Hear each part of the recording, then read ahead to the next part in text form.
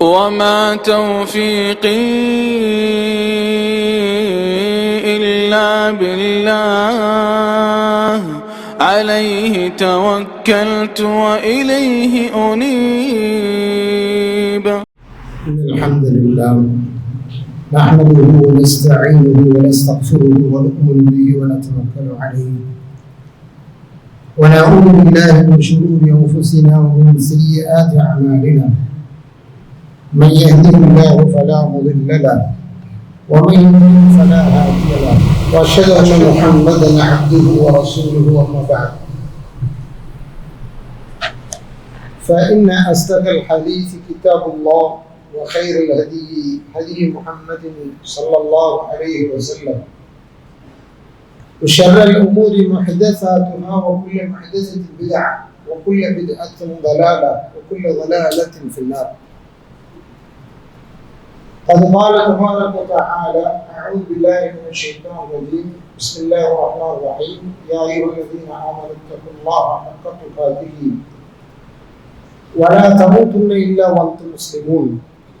يا أيها الناس اتقوا ربكم الذي خلقكم من نفس واحدة وخلق منها زوجها وبث منهما رجالا كثيرا ونساء واتقوا الله الذي تساءلون به والارحام ان الله كان عليكم رقيبا. يا ايها الذين امنوا اتقوا الله وقولوا قولا سديدا يصلح لكم اعمالكم ويغفر لكم ذنوبكم ومن يطع الله ورسوله فقد فاز فوزا عظيما. اللهم صل على محمد وعلى ال محمد كما صليت على ابراهيم وعلى ال ابراهيم انك حميد مجيد. اللهم بارك على محمد وعلى ال محمد كما باركت على ابراهيم وعلى ال ابراهيم انك حميد مجيد. அனைவரும் நேரில் நம்முடைய எல்லாம் உள்ள அல்லாஹ்வுடைய திருப்பெயரால் துவங்குகிறேன். அல்லாஹ்வுடைய அளப்பெரும் கருணையினால் அருளாளனாகி அல்லாஹ் முஸ்லிம்களாகி நம் மீது கடமையாக ஆக்கிய இந்த ஜும்ஆ என்ற உணர்வுகள் மூலம் இறைவனை தியானிப்பதற்காக அவனுடைய அருளறிந்த இந்த ஆலயத்தில் அமர்ந்திருக்கிறோம். இந்த நல்ல சந்தர்ப்பத்திலே எல்லாம் வல்ல இறைவனை எல்லா நிலையிலும் அஞ்சு நடந்து கொள்ள வேண்டும் என்று முதலில் எனக்கும் பின்னர் உங்களுடைய ஒவ்வொருவருக்கும் உபதேசிக்கப்படுகிறேன். அன்புக்குரிய சகோதரர்களே, சகோதரிகளே, தாய்மார்களே, பெரியோர்களே, முஸ்லிம்களாகிய நாம் எல்லாம் உள்ள ஏகனாகி அல்லாஹ் நமக்கு கட்டளைகளாக, வழிபாடுகளாக, நடைமுறை ஒழுங்குகளாக எவற்றை எல்லாம் செயல்படுத்த வேண்டும் என்று அவனுடைய வேதத்தின் மூலமும் அவனுடைய திருத்தூதர் முஹம்மது ஸல்லல்லாஹு அலைஹி வஸல்லம் அவர்கள் மூலமும் கற்றுத்தந்திருக்கிறானோ அது அனைத்தையும் அது எவ்வாறு சொல்லப்பட்டிருக்கிறதோ அவ்வாறே கடைபிடிக்க வேண்டிய கடப்பாடு, கடமை ஒவ்வொரு முஸ்லிமின் மீதும் இருக்கிறது. அவ்வாறு செயல்படுத்தும் போது அந்த கடமைகளை, அந்த வழிமுறைகளை அல்லாஹ்வுடைய தூதரும் சொல்லித்தந்த முறையிலேயே நாம் செய்கிறோமா என்பதை நம்மளவில் நாம் ஒவ்வொரு தடவையும் பரிசோதித்து பார்க்க வேண்டிய ஒரு சூழ்நிலை இங்கு உருவாகியிருக்கிறது. நபிகளார் காலம் இருந்தது. அவர்கள் ஒரு செய்தியை சொல்லுவார்கள், அதனை சஹாபாக்கள் செவியேற்பார்கள், அவ்வாறே நடைமுறைப்படுத்திக் கொண்டு சென்று கொண்டே இருப்பார்கள். எந்த அளவுக்கு என்றால் நடைமுறையில் அவசியமற்ற கேள்விகள் அங்கே தேவைப்படாமல் இருந்தது. காரணம், அல்லாஹ்வுடைய தூதர் உயிரோடு இருந்தார். குறிப்பாக ஹஜ்ஜுடைய நாளை நிகழ்வுகள் அனைத்தும் இந்த வாழ்க்கையில், ஒரு முஸ்லிமுடைய வாழ்க்கையில் மிக முக்கியமான வழிபாடு ஹஜ் என்பது. காரணம், அதற்காக ஒரு முஸ்லிம் எடுக்கக்கூடிய மெனக்கெடுதல், பொருளாதார செலவு, கால விரயம், அதற்காக அவன் செய்யக்கூடிய முயற்சிகள் என்று எடுத்துக்கொண்டால் அது அவ்வளவுமே பாரிய பெரிய முயற்சி. ஆனால் அவ்வளவு பெரிய முயற்சியை செய்யக்கூடிய ஒரு முஸ்லிம் பார்த்து பார்த்து செய்வார். நான் லட்சங்களை செலவு செஞ்சுட்டு வந்திருக்கிறேன், என் உறவுகளை வீடுகளை விட்டுட்டு வந்திருக்கிறேன், உயிர் எழுதி வச்சுட்டு வந்திருக்கிறேன், நான் திருந்துவேனா இல்லையா என்ற நிலையில் இங்க வந்திருக்கிறேன், நான் இங்கேயே ஷஹாதத்தாக நீ வராத பயணத்தில் விழாத்தியால் கொண்ட பயணத்தில் வீழாத ஒரு நிலை இருக்கும் என்றால் அதுவே எனக்கு சரி என்று நினைக்கக்கூடிய ஒரு நிலையில் ஒரு முஸ்லீம் இருப்பார். ஆனால் அங்கே ஒரு முஸ்லீமுடைய நிலை, நான் செய்யும் இந்த வழிபாடு சரியாக இருக்கிறதா, என்னை இறைவன் பொருந்திக் கொள்வானா, நான் செய்த இந்த அறங்கள் இறைவனால் ஏற்றுக்கொள்ளப்படுமா என்ற கேள்வி இருந்து கொண்டே இருக்கணும். அதுல அதிகப்படியாக ஹஜ்ஜுடைய வழிபாடுகள்ல முன்ன பின்ன அதிகமா குறைய என்ற கேள்விகள் இருந்து கொண்டே இருக்கு. அந்த குறிப்பா 10வது நாள் யோமு நஹர் அவங்களத்துல சஹாபாக்கள் எல்லாம் போய் அதை முன்னால செஞ்சுட்டேன், இதை பின்னால செஞ்சுட்டேன், மொட்டை அடிக்கிறத முந்திட்டேன், அறுக்கிறத பிடிச்சிட்டேன், இப்படி ஒவ்வொன்றா சொல்லிட்டு இருந்தாங்க. ஒரே வார்த்தை சொன்னாங்க, இந்த நாள்ல லாபாக்ஸ் லாபாக்ஸ் லாபாக்ஸ், பிரச்சனை ஒண்ணும் இல்ல, பிரச்சனை ஒண்ணும் இல்ல, செய்யுங்க செய்யுங்க. ஆனா எல்லாத்துக்கும் சேர்த்து ஒரு வார்த்தை சொன்னாங்க, ஹுது அன்னி மனாசிக்கக்கும், உடைய வழிபாடுகள் அனைத்தும் என்னை தொடர்ந்து இருக்க வேண்டும். நான் என்ன செஞ்சனோ அதை செய்யும், என்ன அப்படியே ஃபாலோ பண்ணுவோம், என்ன அப்படியே பின்தொடருங்க, நான் போற இடத்துக்கு போங்க, நான் உட்கார இடத்துல உட்காருங்க, நான் சொல்லக்கூடிய அவுராதுகளை செய்யுங்க என்று சுருக்கமாக இந்த சமூகத்திற்கு சொன்னார்கள். புது அன்னி மனாசிக்கக்கும், உடைய வழிபாடுகள் அனைத்தும் என்னை பின்பற்றி இருக்கும். இப்ப நக்சலாசுடைய காலம் போயிடுச்சு, இருக்கும்போது கேள்வி கேட்டோம், அங்கேயே சரி பண்ணிட்டோம். அதுக்கப்புறம் போச்சு. அதுக்கு அடுத்த தலைமுறை யார் நபியை கண்டார்களோ அவர்களை கண்டு வாழ்ந்த தலைமுறை, அதுக்கு அடுத்த தலைமுறை அவர்களை கண்டு வாழ்ந்த தலைமுறை. இவங்க இடெல்லாம் போடுறோம், பிரச்சனை இல்லை, பிரச்சனை குறைவு. யாரோட நெருக்கமாக இருந்தார்கள், நாயகம் ஸல்லல்லாஹு அலைஹி வஸல்லம் நெருக்கமாக இருந்தார்கள், பிரச்சனை கம்மி. ஆனால் காலம் செல்ல செல்ல அவர்கள் என்ன சொன்னார்கள், எப்படி செய்தார்கள், எப்படி செயல்படுத்தினார்கள், எப்படி நம்மை செயல்படும்படி சொன்னார்கள் என்பதில் பின்னால் வரக்கூடியவர்களுக்கு கிடைக்கப்பட்ட செய்திகள் சிலது கிடைத்தும் சிலது கிடைக்காதும், சிலது கொஞ்சம் கூடுதலாக கிடைக்கும், சிலது முற்றிலும் கிடைக்காமல் அரைகுறையாக சிதிலமடைந்தும் கிடைக்காத நிலையும் இருந்தது. இதில் பல வழிபாடுகளிலே பல அறிவிப்புகள் மூலம் பிரச்சனைகள் உண்டு.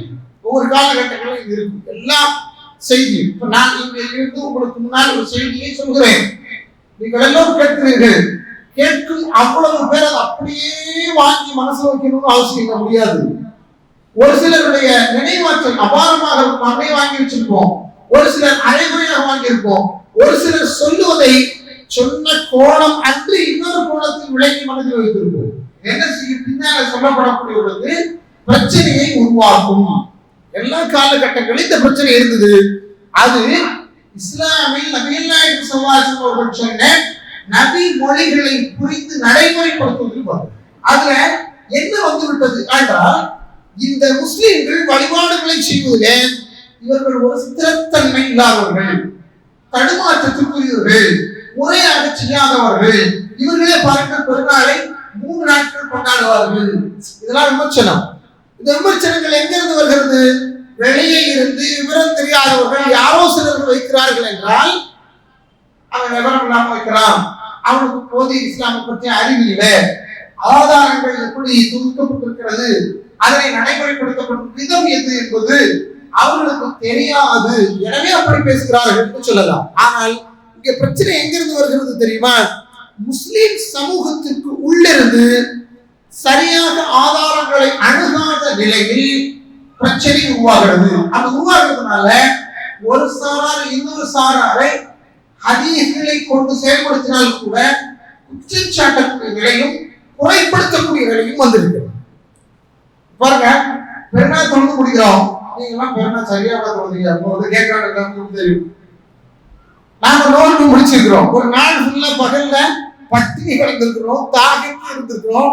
நம்மை பார்த்து சொல்றாரு, ஒரு பெரிய அரபா நம்ம சரியா பண்ணாரா, நீங்க எல்லாருமே சரியாம பண்ணீங்க, உங்களோட என்ன அந்தரம் இருக்கு அப்படின்னு நமக்கு எப்படி இருக்கும், ஒரு தடுமாற்ற நிலை வரும். நாம் செய்த இந்த வழிபாடை நேர்மையாக அல்லாஹ்விற்கு தகுதி, அல்லாஹ் விரும்பும்படியாக நாம் செய்தோமா இல்லையா என்ற ஒரு சந்தேகத்தை விடுகிறார். அது வரும்பொழுது இந்த சந்தேக விடுதி கூட கூட சரியாக செயல்படுத்த வேண்டும் என்ற ஒரு உபதேசம் செயல்படுத்தி விட்டுருவார். ஆரம்ப காலங்களில் சஹீஹ் வைஃப் சஹீஹ் வைஃப் சஹீஹ் வைஃப் பேசும்போது ஒரு சிலர் இதிலேயே வரண்டு கொண்டுட்டான். அது கஷ்டப்பட்டாலும் அறிஞ்சுதான் ஆகணும், வர வழி இல்லை. இஸ்லாம்ல இல்லாத செய்தியை சொல்லிட்டாங்க. சரியானதை தெரிஞ்சுக்கிறதுக்கு நாம கஷ்டப்பட வேண்டிய காலத்துல தான் இருக்கிறோம். தமிழ்நாடு காலத்துல ஒன்றும் நம்ம இருக்கல. இந்திய காலத்துல கிடைக்கப்பெற்ற ஆதாரங்களை கொண்டுதான் நாம் செயல்பட வேண்டிய ஒரு தேவை இருக்கிறது என்ற புரிதல் இல்லாமல் இதே வேண்டாப்பா அப்படின்னு சொன்னவங்க நிறைய பேர் இருக்கிறாங்க. ஆனால் அந்த நிலைப்பாடு இஸ்லாமின் படி சரியா என்றால் நிச்சயமாக கிடையாது. எது சரி என்று தெரிந்து கொள்வதற்காக எடுக்கும் முயற்சி, அதற்காக நாம் படும் கஷ்டம், அதற்காக நாம் எடுக்கும் முன்னெடுப்புகள், இது எல்லாமும் நம் மீது இருக்கக்கூடிய கடமை. ஏன்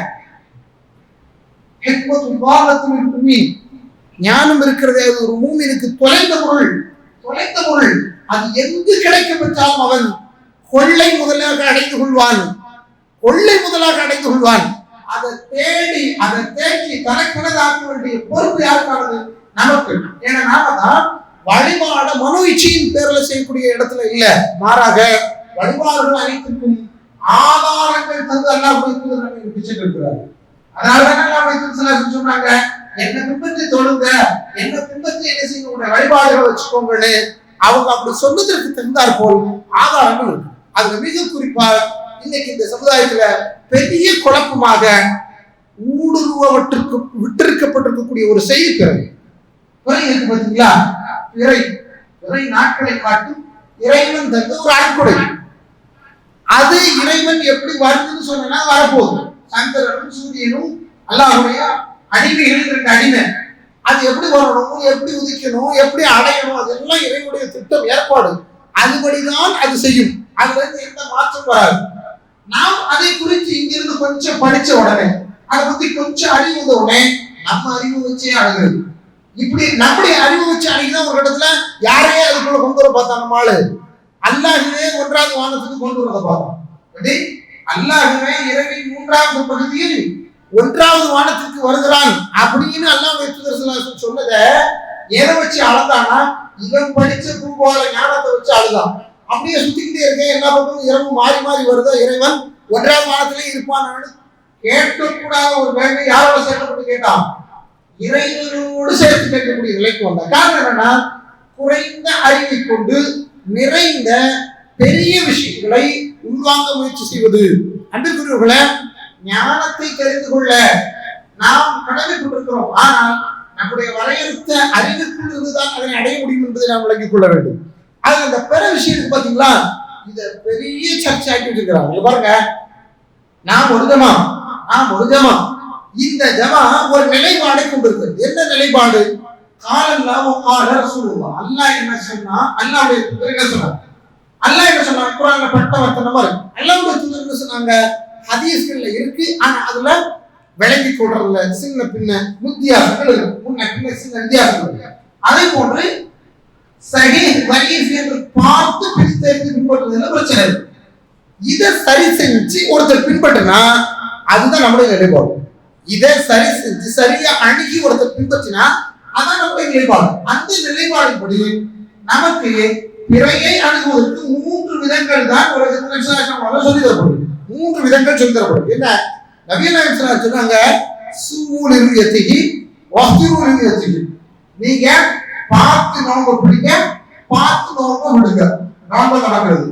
அதே மாதிரி பார்த்து அந்த ஈதுடைய பிறையில அதை பார்த்து என்ன செய்யுங்க, அதை பார்த்து நீங்க ஈத அதாவது நோன்பை விட்டுட்டு ஈதுக்கு வாங்க என்ன சொல்லுவாங்க. இது பார்க்க ஒவ்வொரு முஸ்லீமுக்கும் உள்ள கடமை. எல்லாருமே யாரெல்லாம் பார்க்க முடியுமோ, பார்க்க சக்தி பெற்றிருக்கிறார்களோ அவ்வளவு பேருக்கு கூட கட்டல. அந்த இடத்துல ரசூல் ஸல்லல்லாஹு அலைஹி வஸல்லம் ஒரு இடைநிலை விளக்கத்தை நம்ம விளக்கும்படியாக அழகாக சொல்கிறார்கள். அலைக்கும் உங்க ஏழையால மேகம் முட்டமா இருக்கு, உங்க கண்ணுக்கு என்ன தெரியல, பிறை தெரியவில்லை, வழிபாடை நீங்கள் முடிக்கவோ அல்லது தொடங்கவோ எது உங்களுக்கு காரணியாக கண்ணில் படுமோ அந்த பிறை உங்களுக்கு தெரியவில்லை என்றால் அலைக்கும் அப்படின்னு சொல்லி சொல்றாங்க. ஒரு மாதத்தை 30 பூர்த்தி செய்யும். முந்தைய மாதத்துல 30 பூர்த்தி செய்து அடுத்த நாள் தோன்று. நீ நோன்பு நோக்கிற மாதத்துல இருந்தால் அதுல 30 பூர்த்தி பண்ணிட்டு அடுத்த நாள வெயின்னு சொல்லி துவங்கு அப்படின்னு சுசலாசனம் பார்த்து முடிவெடுங்கள் என்று ஒரு செய்தி சொல்றாங்க. அதுக்கு அடுத்து பாருங்க, இரண்டாவது செய்தி. இந்த செய்தியை நம்ம கவனத்துல கொள்ள வேண்டிய செய்தி. ஏன்னா அது ஹதீஸ் குறை உலகத்துல ரொம்ப பிரபல்யமாக பெரிய பத்தி நாம அதிகம் செவியற்ற ஹதீஸ்ல ஒன்று. எது? உம்முல் ஃபதுல் பின்த் ஹாரிஸ் ரலியல்லாஹு அன்ஹா தன்னுடைய ஆளாக பணியாளராக இருந்த ஒருவரை தேர்வு செய்து பிரத்யேகமாக ஷாமில் ஆட்சியாளராக இருக்கக்கூடிய முஆவியாவிடம் அனுப்பியிருக்கிறார். அவர் அங்க போறாரு, அவருடைய வேலைகளை பார்க்கிறாரு. பார்த்து அங்கே இருந்த நாளில் ரமதானுடைய முதல் நாள் வருகிறது. அவர் ரமதானுடைய முதல் நாளை அடைகிறார். அவர் சொன்னார், ஃபரஐனல் ஹிலால ரமதான், ரமதானுடைய நோன்பின் பிறையை நாங்கள் கண்டோம். எப்போ? வஅன பிஷாமி, நான் அப்ப ஷாமில் தான் இருந்தேன்.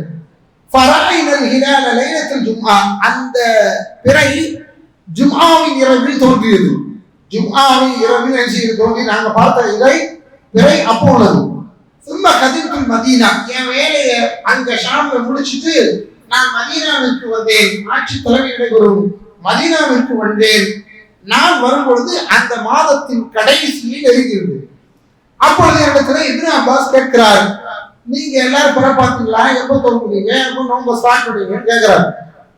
நான் சொன்னேன், நாங்க எப்ப பார்த்தோம்னா லைலத்துல் ஜும்ஆல பார்த்தோம் அப்படின்னு சொன்னோம். அவர் சொல்றாரு, நாங்க எல்லாம் லைலத்துல் ஜும்ஆல பார்க்கல, நாங்கள் பார்த்தது லைலத்துல் சப்த், புதனுடைய இரவில் கண்டோம், சனியுடைய இரவில் கண்டோம் அப்படின்னு சொல்றாரு. அடுத்த நாள் மாலையில நாங்க பிறைய பார்த்தோம் என்று சொல்றாரு. இது இன்னொரு செய்தி இருக்கிறது. என்னன்னா, இந்த செய்தியை சொல்லும் அந்த உம்முல் ஃபதுல் அவருடைய பணியாளர் ரஹிமஹுல்லாஹ், அவர் ஒரு தாபி. இந்த செய்தியை அவர் பதிவு செய்யும் பொழுது மிக தெளிவாக சொல்கிறார். லைலத்துல் ஜும்ஆ லைலத்துல் சப்த் பார்த்தது மாலையில், இரவு தோன்றும் வேளையில், கிழக்க பார்க்கல, இதெல்லாம் பார்க்க முடியும். அப்போ மேற்கு தான் பார்க்க முடியும் அப்படிங்கிறது நமக்கு என்ன செய்து தெரிகிறது. பாருங்க, நாங்கள் வெள்ளிக்கிழமை இரவில் கண்ட பிறையை கொண்டு முஆவியா நோன்பு வச்சார், ஷாமில் இருக்க அனைவரும் நோன்பு வச்சோம் என்று சொல்கிறார். இவர் சொல்றாரு, இல்லை நாங்க சனிக்கிழமை தான் பார்த்தோம், நாங்க சனிக்கிழமையை தான் மையமா வச்சிருக்கிறோம் அப்படின்னு சொல்றோம். இப்ப இந்த ஹதீஸ்ல என்ன தெரியுதுன்னா, அந்த பிரதேசத்துல ஒரு நாளில் பார்த்தார்கள், இந்த பிரதேசத்துல இன்னொரு நாள் பார்த்தார். இவ்வளவுதான் செய்தி. அவர் அதைத்தான் நோன்பை நோற்றார். இவர்கள் என்று பார்த்தார்களோ அங்கு நோன்பு நோற்றார்கள். இந்த செய்தியில் இப்னு அப்பாஸ் ஒரு செய்தியை சொல்கிறார்கள், நாங்கள் பார்த்த நாளில் எவ்வாறு நோன்பு நோக்க வேண்டும் என்று நிர்ணயம் சாசனம் உங்களுக்கு சொன்னார்களோ அதன்படி நாங்கள் நோன்பு நோற்றோம். என்ன நடக்குது? பார்த்தோம், பார்த்ததுபடி நாங்கள் நோன்பு நோற்றோம் அப்படின்னு சொல்றாங்க. இது ரெண்டாவது. முதலே நபிசுல்லாஹு பார்க்கத்தான் சொல்லியிருக்காங்க. ரெண்டாவது அல்லாஹ்வுடைய தூதர் ஸல்லல்லாஹு பார்த்ததை தான் என்ன செய்றாங்க? உறுதிப்படுத்துறாங்க. அதை உம்முல் ஃபதுலுடைய பணியாளரும் உறுதிப்படுத்துகிறார். அதே போன்று இப்னு அப்பாஸ் உறுதிப்படுத்துகிறார். இது என்ன விஷயம்னா, அவங்க நோட்ட நாள்ல இவங்க நோன்பை நோக்கல, அவங்க விடக்கூடிய நாள்ல தான் இவங்க நோன்பை விடணுங்கிற அவசியம் இல்லைங்கிறது அவங்க ரெண்டு பேருக்கும் உள்ள கான்வர்சேஷன் என்ன செய்து நடக்குது. இது இமாம் பைஹகி உட்பட மிக முக்கியமான அறிஞர்கள் எல்லாம் பதிவு செய்திருக்கக்கூடிய மிக முக்கியமான செய்தி. இந்த இரண்டும் ஒரு செய்தியாக இருக்கும் என்றால், இங்கே அடுத்து கவனிக்க வேண்டிய மிக முக்கியமான செய்தி மூன்றாவது செய்தி. அபூ தாவூத், சுனன் நசாயி, இப்னு மாஜா, அஹ்மத் போன்ற மிக முக்கியமான ஹதீஸ் புத்தகங்கள் எல்லாம் வந்திருக்கக்கூடிய ஒரு செய்தி. பிறையை பார்ப்பதற்கோ, பிறையை கொண்டு நம்முடைய வழிபாடை துவங்குவதற்கோ, பிறையை அடிப்படையாக கொண்டு நம் வழிபாடை எப்படி வைத்துக் கொள்வது என்பதற்கான ஆதாரமாக இருக்கக்கூடிய செய்தி. அதுல என்ன? ஒரு பயணக்கூட்டம், நம்ம எல்லாருக்குமே கேள்விப்பட்ட இன்னொரு ஹதீஸ்ல ஒன்று, உஹ்மிய அலைனா அல்-ஹிலால், எங்கள் எல்லோருக்கும் பிறை தென்படாத ஒரு நிலை இருந்தது. ஹிலால் ஷவ்வால், ஷவ்வாலுடைய பிறை, ஷவ்வாலுடைய பிறைனா பெருநாளுக்கான பிறை, பெருநாளுக்கான ரமலான் முடிஞ்சு பெருநாளுக்கான பிறை இருக்கிறவல்ல. ஃபஸ்பஹனா சாயிபின், நாங்கள் எல்லோரும் நோன்பாளிகளாகவே காலையை அடைந்தோம். அறிவிக்கக்கூடிய சஹாபி மிக தெளிவாக சொல்றார், நாங்கள் காலையை என்னவாக அடைந்தோம் என்றால், நாங்கள் நோன்பாளிகளாகவே காலை அடைந்தோம். ஆனால் அந்த நேரத்திலே ஒரு அந்த நோன்பு நோற்ற நாளில் பகலின் கடைசி பொழுதிலே ஒரு பயணக்குழு வந்தது. ஃபஷஹிது عند النبي صلى الله عليه وسلم அல்லாஹ்வுடைய தூதரிடத்தில் அவர்கள் சாட்சி சொன்னார்கள் அன்னஹும் ரஅவுல் ஹிலால் பில் அம்ஸ் அவர்கள் நேற்று பிறையை கண்டதாக சாட்சி சொன்னார்கள். அவங்க என்ன நோற்ற நிலையில இல்ல, காரணம் அவர்கள் பிறையை கண்டுவிட்டார்கள். இவங்க எல்லாரும் பிறையை காணாத நிலையில நோன்போடு செஞ்சாங்க இருந்தார்கள். ரசூலுல்லாஹி ஸல்லல்லாஹு அலைஹி வஸல்லம் யஃப்திரு அல்லாஹ்வுடைய தூதர் அவர்களுக்கு நோன்பை விட வேண்டும் என்று கட்டளையிட்டார்கள். அவர்கள் எல்லோரும் ஈதுக்கு மறுநாள் வர வேண்டும் என்று, ஏன்னா பகலின் கடைசி பொழுதில் வந்துவிட்டதனால் ஈதை இனி அனுசரிக்க முடியாது, ஈது பெருநாளை இன்றைய தினம் கொண்டாட முடியாது என்பதற்காக மறுநாள் எல்லோரும் ஈதுக்காக கூட வேண்டும் என்று பெருமானார் ஸல்லல்லாஹு அலைஹி வஸல்லம் சொல்கிறார்கள்.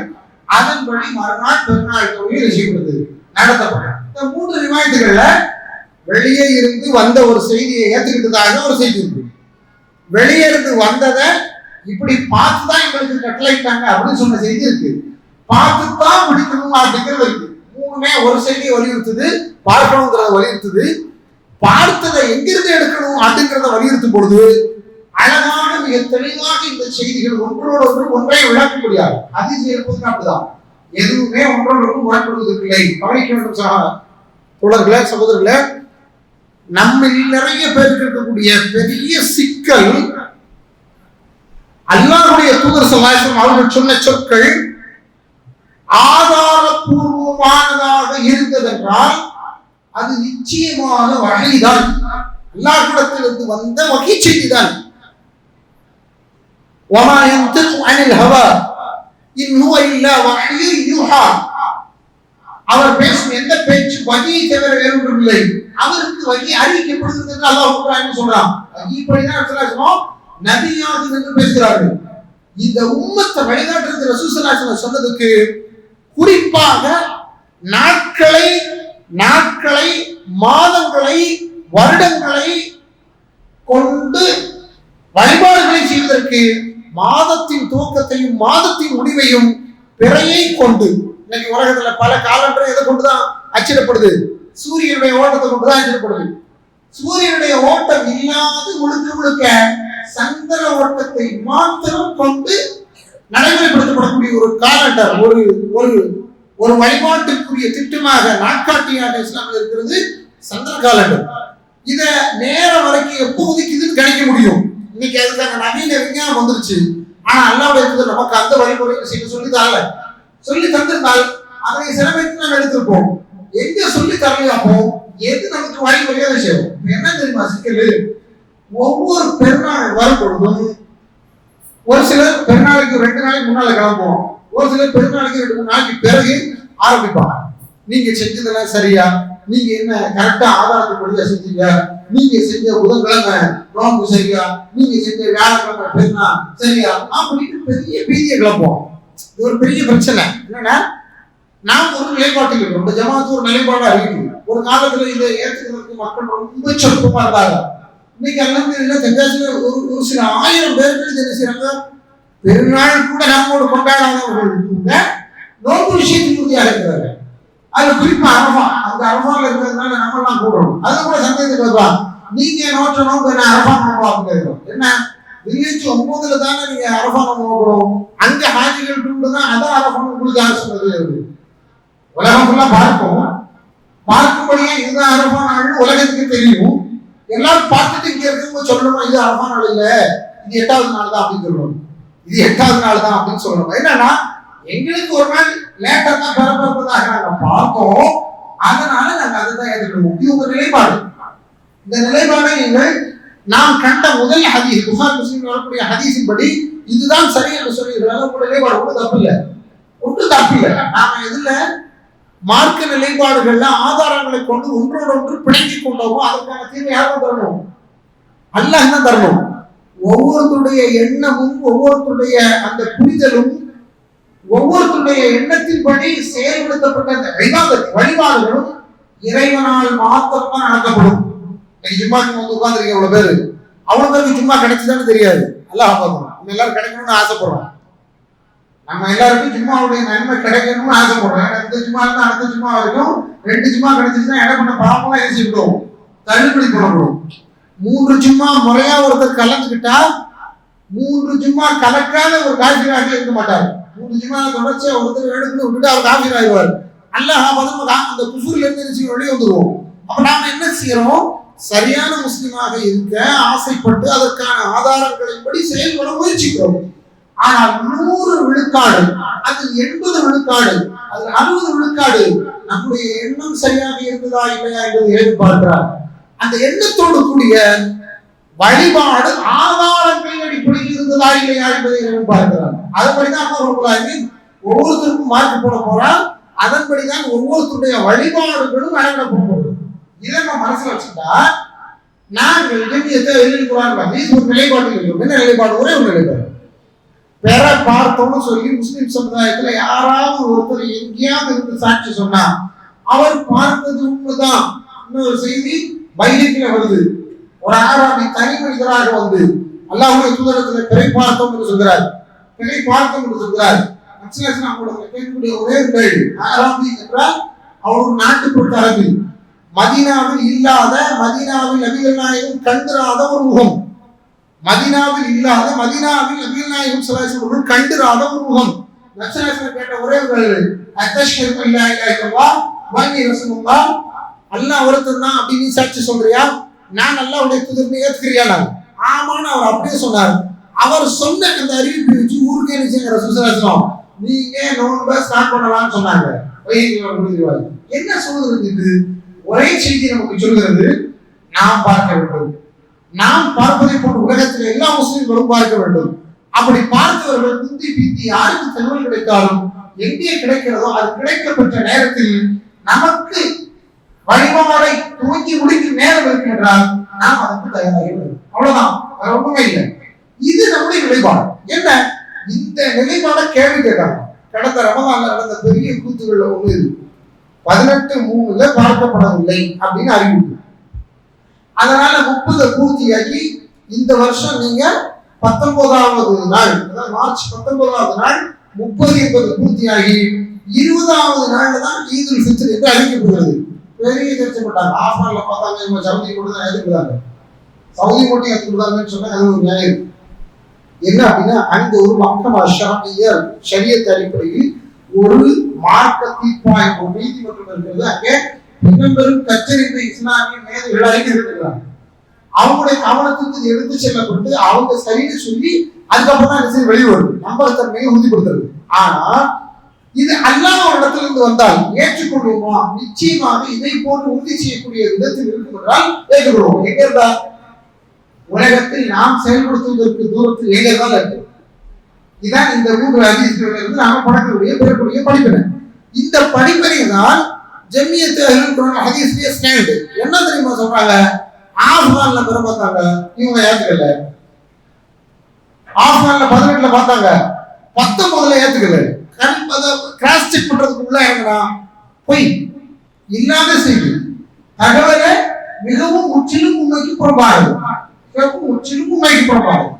இப்போ அங்கிருந்து வந்த செய்தி ஏத்துக்கிட்டா என்ன அப்படின்னு கேட்கிறாங்க. சொல்லு ஏத்துக்க முடியாது. ஏன்? சொல்லக்கூடியவர்கள் முறையாக அறிந்து சொல்லக்கூடியவர்கள். ரசூலுல்லாஹி காலத்துல நபி ஒத்த வார்த்தை தான் கேட்டார், நீ நல்லா ஏத்துக்கியா, நீ இன்னும் எல்லா எடுத்துன்னு ஏத்துக்கிறியா? அந்த ஒரு சாட்சியம் அவர்களுக்கு போதுமானதாக இருந்தது. அவர் சொன்னதை ஏற்றுக்கொள்ளலாம் என்று அந்த தகுதியை ரசூலுல்லாஹி சொல்லிட்டாங்க. இன்னைக்கு வரையறுத்து ஏற்றுக்கொண்டு அதனை முறையாக அறிவிக்கும் அமைப்புகளோ அல்லது வாய்ப்புகளோ பெற்ற அந்த அந்த அந்த அந்த நிறுவனங்கள் அல்லது அந்த நிர்வாகங்கள் இருக்கிறது, அவை சரியாக இருக்கின்றனவா இல்லையா என்று பார்க்க வேண்டும். ஏன் தெரியுமா? இதுல கூட ஃபேக்கான செய்திகளை வெளியே விட்டு சமூகத்தை குழப்பக்கூடிய நிலையில இன்று ஒரு சாரார் இருந்து கொண்டிருக்கிறார்கள் என்பதனால் தான் நாம் இந்த விஷயத்தை உடைய கவனத்துக்கு கொண்டு வருவது. தமிழ் ஜெமியாவுடைய நிலைப்பாடு கிளியர் கட்டான நிலைப்பாடு. என்ன பிறகு பார்க்க வேண்டும். நாம் பார்ப்போம். பிறையை மக்கள் எல்லோரையும் பார்க்கும்படி சொல்லுவோம். பார்த்ததாக சொன்ன எந்த செய்தி எடுத்துக்கொள்வோம். இன்னைக்கு இங்க இருக்கக்கூடிய ஜெமியத்தில் இங்க இருந்து மக்களுக்கு பிறையா இருக்கக்கூடிய தமிழ்நாடு எல்லாத்துக்கும் ஒண்ணா இருக்கிறாங்க, அல்லது இந்தியா முழுக்க ஒன்றா இருக்கிறாங்க. ஆனா இங்கேயே 2 இருக்கு. இங்கே 2 இருக்கு. கேரளாவுக்கு ஒரு பிற இருக்கும், தமிழ்நாட்டுல ஒரு பிற இருக்கும். தமிழ்நாடு எல்லாமும் ஜமாத் உலமாவுக்கு ஒரு பிற இருக்கும். ஆனா கன்னியாகுமரி மாவட்டத்தில் மட்டும் தனியா இருக்கும். கன்னியாகுமரி மாவட்டத்தில் மட்டும் தனியா இருக்கும். போன இந்த ரமலான்ல கூட, ரமலானுக்கு அடுத்த செவ்வாய் கூட இந்த நிகழ்வுகளை என்ன செஞ்சு நம்ம கண்ணால பார்க்கணும். ஏன்? அங்குள்ள காந்தியும் இங்குள்ள காந்திக்கு என்ன பிரச்சனை? ஒரு பிரச்சனை இல்லை. ஒரே ஆதாரத்தை இரண்டு விதமாக இருவரும் கையாண்டது, அவ்வளவுதான். இந்த கருத்து வேறுபாடுக்கு யாரு தீர்வு தர முடியும்? அல்லாஹ்வை தவிர வேறு யாரும் தீர்வு தர முடியாது. நமக்குள்ள என்ன தெரியுமா என்ன இருக்கணும்? சுத்தமாக சரியாக நல்லெண்ணத்தோடு இந்த வழிபாடுகளை செயல்படுத்துகிறோமா இல்லையா என்பது மட்டும்தான். இங்க திரும்ப நாம் குழப்புகிறார்கள் என்பதற்காக எல்லாம் குழம்ப முடியாது. குழப்புகிறார்கள் என்பதற்காக எப்போ குழம்பாம இருக்கும் அப்படின்னா, குறைந்தபட்ச ஒரு சில அறிவு நமக்கு தகவல்கள் இருக்கும் பொழுதுதான், இல்ல அவங்க அப்படி சொன்னாங்க, நான் இப்படிப்பட்டணும், அப்படி ஆகிடணும் அப்படின்னு விஷயம் நடந்த கேள்வி கேட்க மாட்டோம். அங்க திரும்ப குறைந்தபட்சம் வழிபாடுகள் விஷயத்துல ஒரு தெளிவோட, ஒரு அடிப்படை அறிவோட பயணிக்கக்கூடிய பண்பு, விளங்கிக் கொள்ளக்கூடிய அந்த அந்த பழக்க வழக்கம் நம்ம நிகழ்ச்சியும் வரணும். அப்படி இல்லை அப்படின்னா எல்லாரும் அவங்க கையில் இருக்க சரக்கை விற்பாங்க, நாமளும் அவசியம் இல்லாம பைசா கொடுத்து அதை வாங்கி தேவையில்லாத பொருளை வீட்டில் வச்சிருக்கோம். கடைசியில் வழிபாடு நமக்கே விஷயம் சந்தேகத்தை ஏற்படுது. சரியா செஞ்சோம் அப்படின்னு அந்த சந்தேகம் நமக்கு வரக்கூடாது. செய்தான் மகா மோசமானது. நம்முடைய வழிபாடுகளை கெடுப்பதற்காக எல்லா நிலையிலும் இருந்து கொண்டு முன்னும் பின்னும் வலதும் இடதும் மேலும் கீழுமாக எல்லா பக்கமும் இருந்து கொண்டு நமக்கு வசுவாசம் ஏற்படுத்திட்டே இருக்கும். ஒவ்வொரு தொழுகையும் ஏற்படுத்துறான், ஒவ்வொரு பொதுகளையும் ஏற்படுத்துறான், எல்லா வழிபாடுகளையும் ஏற்படுத்த முயற்சி பண்றான். அவனுடைய நோக்கம் கொஞ்சம் கொஞ்சமாக நிராசையாகி கொஞ்சம் நெஞ்சம் வழிபாடு செய்யக்கூடியவர்களும் அதை விட்டு அவனுடைய வழியில் வர வேண்டும் என்கிறார். அந்த இழிவான நிலையில் அனைவரும் பாதுகாத்து அவசியமாக بارك الله لكم في القرآن العظيم ونفعني وإياكم بكل حكيم. أقول ما تسمعون أستغفر الله لي ولكم ولسائر المسلمين فاستغفروه من كل ذنب إنه هو الغفور الرحيم.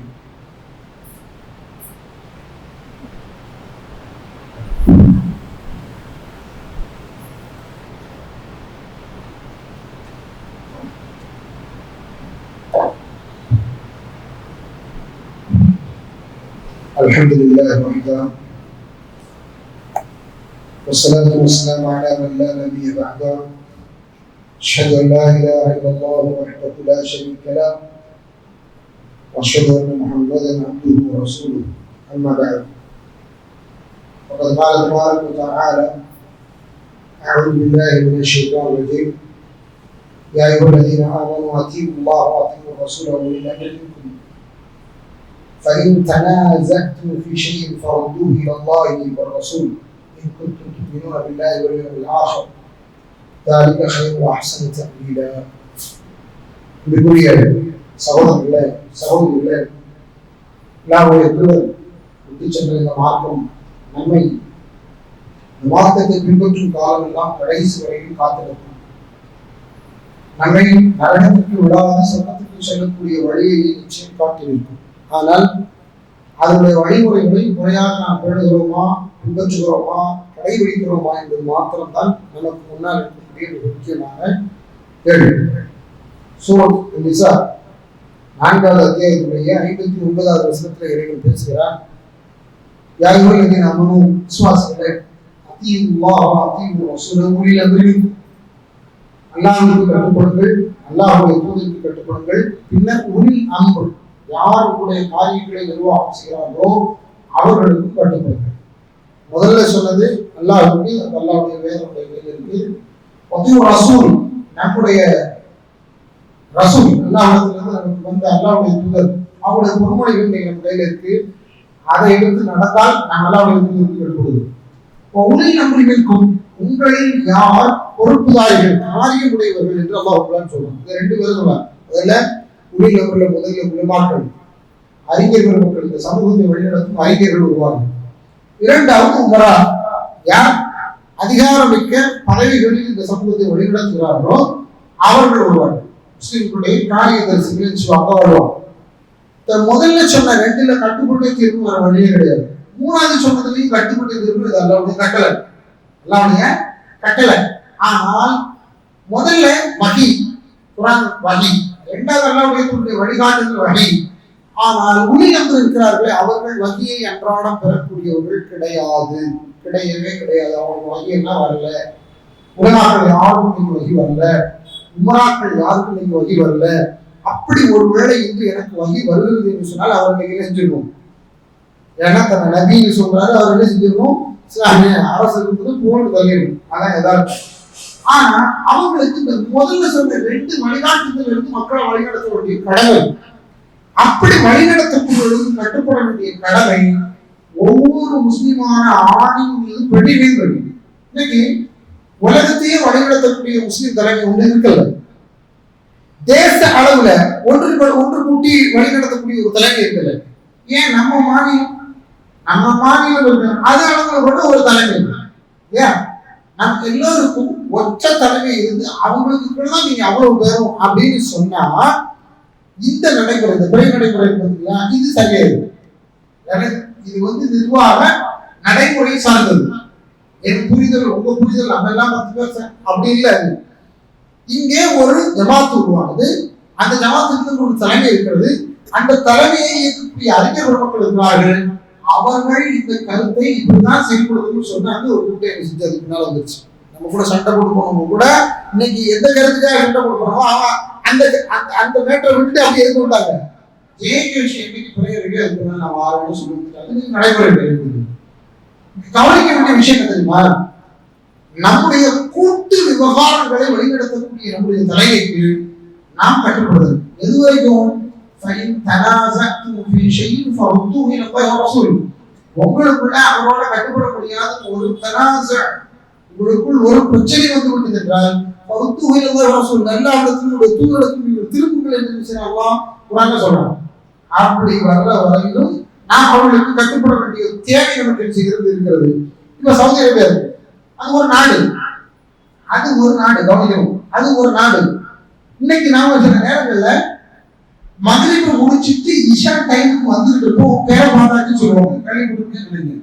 நம்ம இங்க இருந்து போகும் பெரிய பிரச்சனை என்ன பண்ணுவோம், ஏன்னா இன்னும் 2.5 மணி நேரம் இருக்கு, அதுக்குள்ள இருக்கு பேர மாட்டாங்க. நம்ம 9 மணிக்கெல்லாம் என்ன செஞ்சிருவோம், ஆல்மோஸ்ட் அனௌன்ஸ்மெண்ட்டுக்கு வந்துருவோம். ஏன்னா சவுதியுடைய பூகோள அமைப்பு என்பதுதான் வித்தியாசமான அமைப்பு. ஆச்சரியமா இருக்கும். நாங்க இருந்ததுனால சொல்றேன். சவுதி அரேபியாவோட மேற்கு கரையா இருக்கக்கூடிய ஜித்தால 5:30 மணிக்கு ஃபஜ்ர் இருக்கும் போது 3:10க்கு நாங்க ஃபஜ்ர் எங்க தோந்துருக்கோமோ தமாம் வருவோம் கிழக்கு கரை. அது அவ்வளவு சீக்கிரம் வரும். அங்குள்ள பூகோளம் வித்தியாசம், அங்கே சில நேரங்களில் பகல் இருக்கிறது அது மிக நீண்ட நெடிய பகலா இருக்கும், இரவு ரொம்ப சின்னதா இருக்கும். அதே மாதிரி பனிக்காலத்துல ஆச்சரியமா இருக்கும். மதுரை 4:15க்கு தொழுதுருவோம். இஷா அதிகபட்சம் 5:6 இருக்கும். அதுக்கப்புறம் எங்களுக்கு ஒரு நீண்ட இடைவெளியில இருக்கும் அலுவலகத்துல, வெறும் குறுகிய நேரமாக கழியும். ஏன் அப்படின்னா அங்குள்ள பூகோள அமைப்பு அதனுடைய சுழற்சி அப்படி. அதுல இந்த துமைல் அடிக்கடி நமக்கு வர செய்தி அங்க இருந்தா வரும். இந்த பகுதி மிகவும் விரைவாக சூரியன் அடையும் இடம். அந்த இடத்துல அங்குள்ள வானம் எப்பொழுதும் நீளவானமாக பார்க்கணும். அந்த மேகங்களே இருக்காது, பெரும்பாலும் மழைக்கான கூறுகள் அநேகமான நாட்கள் சேர்ந்து இருக்காது. அப்படியான ஒரு நிலத்துல பேர ரொம்ப அழகா சாதாரணமாக தெரியும். ஒரு 9 மணிக்கெல்லாம் நம்மால் இங்கே சொல்ல முடிய அளவுக்கு சில நேரம் என்ன அந்த பார்த்த செய்தியை சம்பந்தப்பட்டவர்கள் விளங்கி இதுதான் உறுதி செய்து விட்டோம், நாங்கள் சாட்சியை தீர்க்கமாக விசாரித்து விட்டோம், சொன்ன சாட்சியின்படி இந்த செய்தி வலுவானது, உண்மையானது, இதை நாங்கள் ஏற்றுக்கிறோம் சொல்லி அக்கமா லூயா அந்த சுப்ரீம் கவுன்சில் உலமாவுடைய சுப்ரீம் கவுன்சில் அனௌன்ஸ் பண்ணாங்க. அதுக்கான நேரம் தான் ப்ராசஸ் டைம் வரும். இது கொஞ்சம் துரிதமா நடக்கலாம் அல்லது கொஞ்சம் சுணக்கமாக நடக்கலாம். இதை பொறுத்துதான் அறிவிப்பு. இந்த அறிவிப்பு உறுதி செஞ்சதோட அறிவிப்பு விஷயம் அதுக்கு மேற்கு நாடுகள்ல அதுக்கு பின்னால கிடைக்கப்படலாம். அதுல கிழக்கு இருக்கக்கூடிய நாடுகள்ல கொஞ்சம் முன்னால கிடைக்கப்படலாம். நமக்கு துபாய்க்கு 1.5 மணி நேரம் தான் வித்தியாசம், நமக்கு சவுதி அரேபியாவுக்கு 2.5 மணி நேரம் வித்தியாசம், துபாய்க்கு நமக்கு 1.5 மணி நேரம் தான் வித்தியாசம். 1.5 மணி நேரத்துல அவங்க அந்த செய்தி உறுதி பண்ணா அவங்க உடனே அறிவிக்கிறது இல்லை. அவங்க அதை எங்க கொண்டு போய் சொல்லி அங்க இருந்து வந்தா நல்லா இருக்கும் தான் அந்த பண்ணிக்கிறாங்க. அந்த அனௌன்ஸ்மெண்ட் வரும். இதெல்லாம் என்னன்னா நடைமுறையில் நிர்வாக ரீதியாக ஒரு தலைமையும் அதற்கு முடியும். இங்கே இந்தியா முழுக்க ஒத்த தலைமை நம்ம சட்டத்தை கேடுன்னு சொல்லியிருந்தா நமக்கு ஒரு வழி இருக்கு. இந்த சென்னையத்தில் குரான் விஷயம் இருக்கும் இல்லை, ஊரோட சேர்ந்துதான் எல்லாரும் பெற பார்த்தாலும் ஒரு முடிவு உலமாக்கள் எல்லாரும் எடுத்தா ஜும்ஹூர் உலமாக்களுடைய கருத்துக்கு வழிபடுது. இந்த இதுக்கு ஆதாரம் செயல்படுவது விளங்கி கொடுங்கள். நான் புதுசாக சொல்றேன், அல்லாஹ் ரசூல் சொல்றேன். நான் அந்த இடத்துக்கு வந்துடுவோம். ஏன்னா அதுதான் இஸ்லாம் சொல்லக்கூடிய வழிமுறை. நமக்கு ஒரு தலைவர் உதாரணத்துக்கு இந்த தொழுகையை இங்கே நடைபெற்றுக் கொண்டிருக்கிறது. இங்க இந்த தொழுகை வந்து மீட் பண்ணணும், மீட் பண்ணலாம் இந்த தொழுகை கிடையாது. நான் இங்கே இருந்து உரையாற்ற வேண்டும். பின்னர் உரைக்கு பிறகு கீழே இறங்கி உங்கள் எல்லோருக்கும் தலைமையேற்று, தலைமை இமாம், நான் தலைவர், தலைவராக நின்று இங்க ஒருத்தர் தோழம் நான் பேசி முடிச்சுன்னா நீங்க எல்லாம் தொடர்ந்து சொன்னா அந்த ஜும்மா செல்லாது. அந்த ஜும்மா செல்லாது. அந்த ஜும்மா இறைவனா ஏற்றுக்கொள்ளப்படாது. நடைமுறைக்கு மேல் மாற்றமானது. அதே போன்றுதான் வழிபாடுகளில் ஒரு தலைமையும் அது அறிவிக்கும் அறிவிப்பும் அதன் பின்னால் அணிகோர்த்து நாம் இருப்பது. இதுல சர்ச்சை செய்தது போது அங்காச்சம் இங்கேயும் விமர்சனம் வைக்கக்கூடிய நிறைய பேரை நான் பார்த்துட்டேன். எந்த கட்டமைப்புக்குள்ளும் வராத சில அறிஞர்கள் தான் வெளியே விமர்சனம். அவங்க ஏதாவது ஒரு கட்டமைப்புக்குள்ள இருப்பாங்களா கேட்டா இருக்கக்கூடாது. கேட்டா நானும் நாளைக்கு ஒரு இதில் பேசுவோம். நாலேஜ் இல்லாம இருக்காது. நல்ல நாலேஜ் சொன்னா இருப்பாங்க. நாம் இங்க இருக்கிறோம். நம்ம பேரு ஜமீத் அல் ஹதீஸ்னு ஒரு அமைப்பு, ஜமீத் அல் குர்ஆன் வல் ஹதீஸ் ஒரு அமைப்பு நாம் இருக்கிறோம். நம்மை போன்று இதே தமிழ்நாட்டு ஜமீத் அல் ஹதீஸ் ஒரு அமைப்பு இருக்கு. அந்த அமைப்பின் தலைமை அவர்களின் உறுப்பினர்களுக்கும் அவர்களை பின்தொடர்ந்து தொடர்பு அவர்களுக்கும் அறிவிப்பு என்ன